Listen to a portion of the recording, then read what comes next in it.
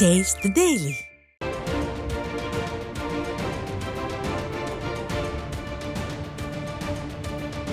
அண்மைச் செய்தி.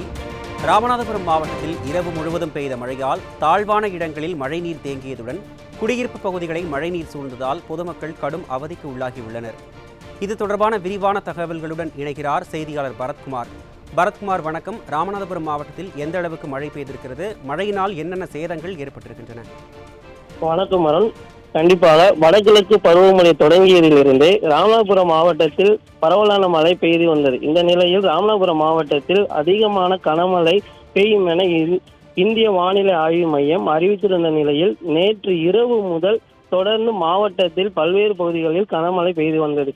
இதில் ராமேஸ்வரம், பாம்பன், மண்டபம், உச்சப்புலி ஆகிய இடங்களில் கனமழை பெய்து வருவதால் தாழ்வான இடங்களில் மழைநீர் சூழ்ந்து சாலைகளில் மழைநீர் பெருக்கெடுத்து ஓடுகிறது. இதேபோல் நேற்று இரவு முழுவதும் பெய்த கனமழை காரணமாக மண்டபத்தில் அடுத்து உள்ள கலைஞர் நகர் பகுதிகளில் உள்ள வீடுகளில் மழைநீர் புகுந்துள்ளதால் அப்பகுதியில் வசிக்கும் மக்கள் வீட்டை விட்டு வெளியே வர முடியாமலும் அத்தியாவசியமான பொருட்கள் வாங்குவதற்கும் மிகவும் சிரமமடைந்து வருகின்றனர்.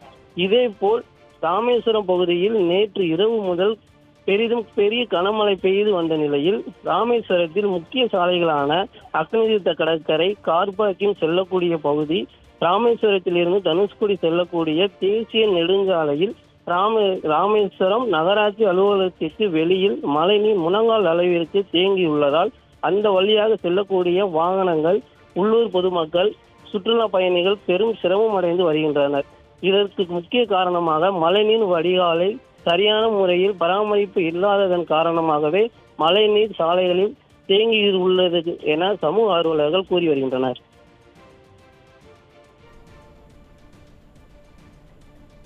விவரங்களை வழங்கியமைக்கு நன்றி.